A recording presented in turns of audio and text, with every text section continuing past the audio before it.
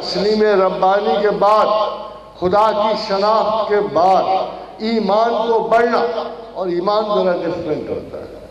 ایمان کا پیمانہ میرے ہاتھ میں نہیں ہے، ایمان کا پیمانہ اللہ کے ہاتھ میں ہے، ظاہر و باطن کا پیمانہ اللہ کے ہاتھ میں ہے۔ هو الاول والآخر والظاہر والباطن وهو بكل شيء علیم۔ دوبارہ دیکھیے، علم سے یہ پیمانہ قائم ہے، ظاہر و باطن کا یہ پیمانہ علم کے ذریعے قائم ہے۔ آپ کو ایک مزے کی بات بتاؤں، اگرچہ کسی مسلمان نے پوائنٹ آؤٹ نہیں کی تو کسی اورینٹلسٹ نے کی ہے۔ اس نے بڑی خوبصورت بات کی، اس نے کہا the entire Sharia is based only on 20% based on the Quran and 80% on Hadith۔ کبھی نوٹ کیجئے گا یہ بات، اگلے ریسرچ کرتے ہیں آپ سوچتے بھی رہو۔ اس نے کہا کہ پورے کی پوری شریعت اسلامیہ کی بنیاد 20% قرآن پر ہے، 80% حدیث پر۔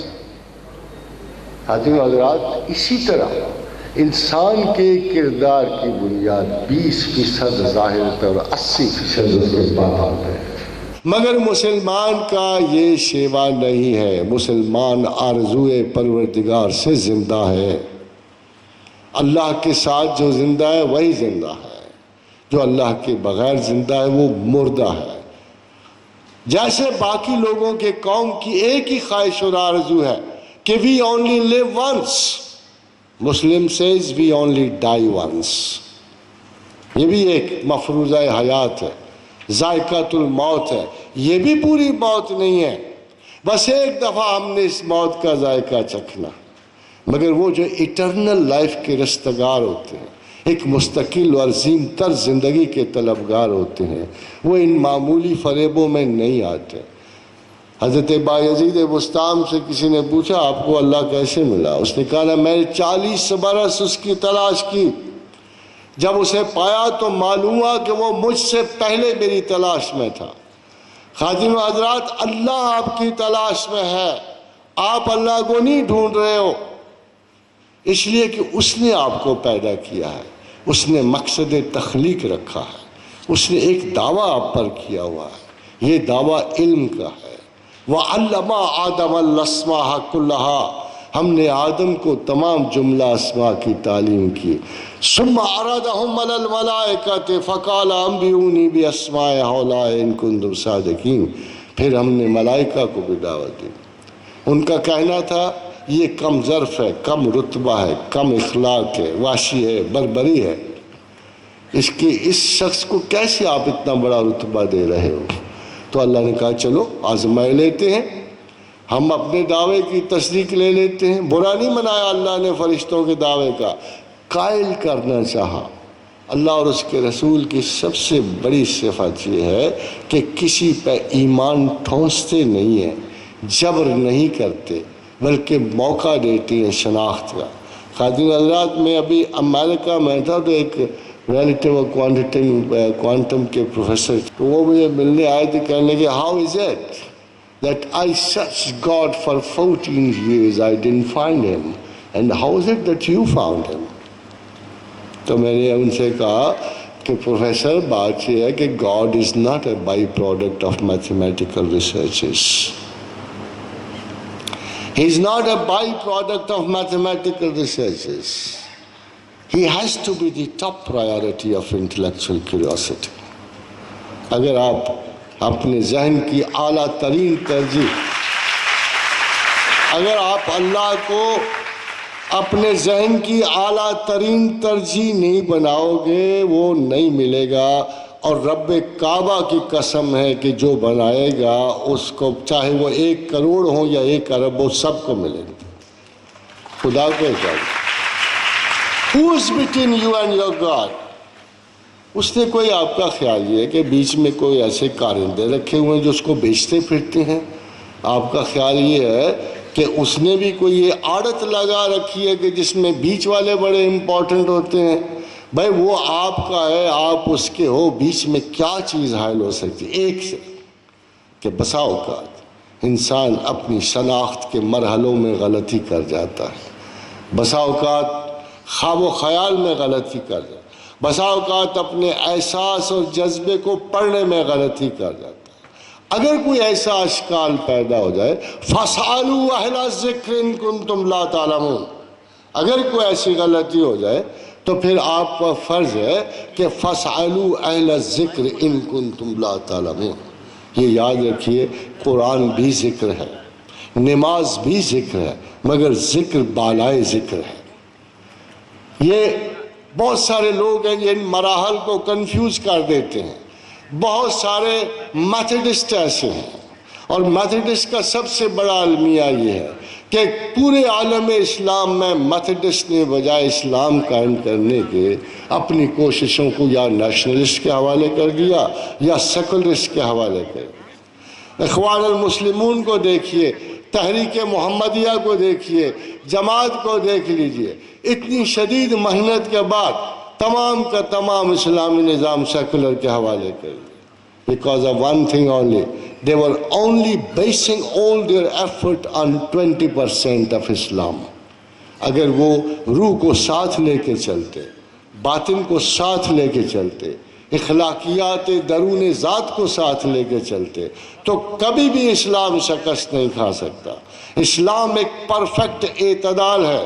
اگر اس سے بہتر کوئی نظام ہوتا تو پروردگار کبھی قرآن میں ارشاد نہ فرماتے طٰہٰ مَا أَنزَلْنَا عَلَيْكَ الْقُرْآنَ لِتَشْقَىٰ۔ وہ کبھی نہ کہتے کہ اے لوگو، اے میرے سردار، میں نے اس سے زیادہ آسان نظام کوئی نہیں بنایا۔ شرع کیا کرتی ہے؟ ایک بیس مقرر کرتی ہے، بے شمار لوگوں میں ایک پیرامڈ بنتا ہے، بے شمار لوگ اکٹھے ہوتے ہیں، وہ ایک معمولی سے نظام کی، ایک شرعی نظام کی تقلید کرتے ہیں، لوگ اس سے بڑھتے بڑھتے اوپر چڑھتے ہیں، مگر یارو ٹاپ پر کوئی تو خدا شناس ہے، وہ چاہے جو بند ہے، چاہے بریلوی ہے، چاہے اہل حدیث ہے، چاہے شیعہ ہے، بھئی ٹاپ پر کوئی تو خدا شناس ہے جس سے پتہ لگے کہ یہ سسٹم آف تھاٹ ہولے ہولے پروگریس کرتا ہوا ایک ٹاپ ٹروتھ اور ریالٹی کو جا رہا ہے۔ یہی وہ بدقسمتی سی جس کی وجہ سے عالم اسلام کو زوال شروع ہوا۔ وہ علم نکلتا چلا گیا، شناخت، تلاش علم رخصت ہوئی، اور آپ پھر اسی بے بسی کے عالم میں مردہ قلوب کے ساتھ دنیا کو دیکھنے میں بہت زیادہ ان سے مرعوب ہوتے۔ یہ خدا سب سے پہلا جو نقصان ہوتا ہے، سب سے پہلا، کہ جس نے اللہ کو آقا و مولا نہیں مانا، وہ اس احساس کمتری کا شکار ہو جاتا ہے کہ اس کو غیر اپنے آپ سے بہتر لگتا ہے۔ جس نے اللہ کی سپریمیسی کو مانا، جس نے خدا کی برتری کا اقرار کیا، اس کے نزدیک دنیا میں کوئی اور ہستی، کوئی ملک، کوئی شخص معزز تر نہیں ہو سکتا۔ مگر جب آپ خدا سے ہٹتے ہو تو سراسر آپ کا ذہنی افلاس قائم ہو جاتا ہے، ترجیح اول کے مقام خالی ہو جاتے ہیں اور ان کی جگہ غیر کا تصرف ہو جاتا ہے۔ آپ ان سے اس لیے مغلوب ہوئے۔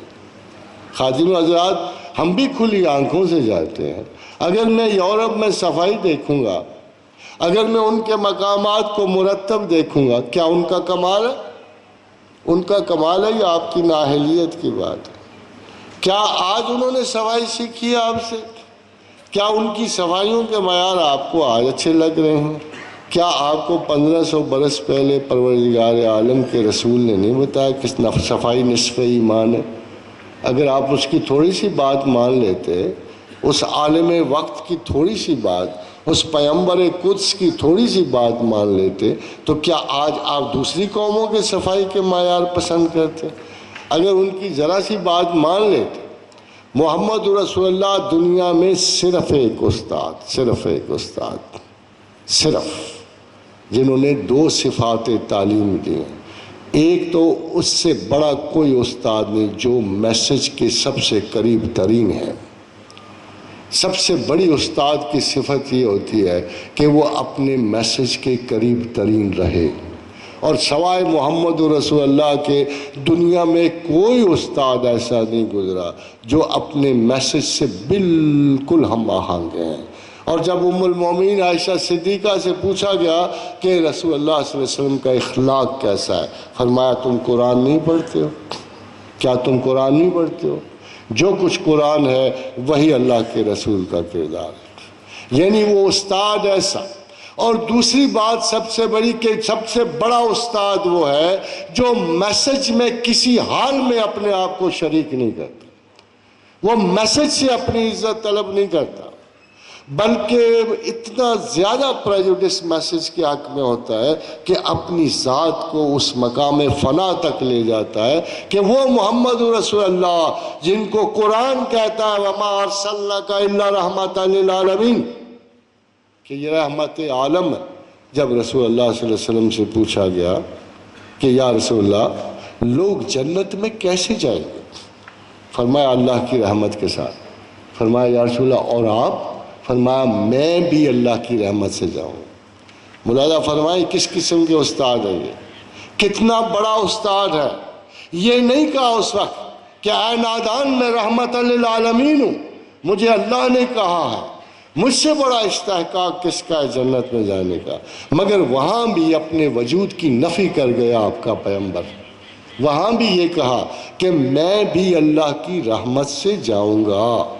اتنی بڑی ایفیسمنٹ دنیا پر کسی اسکالر کی نہیں گزری، کسی اتنے بڑے استاد۔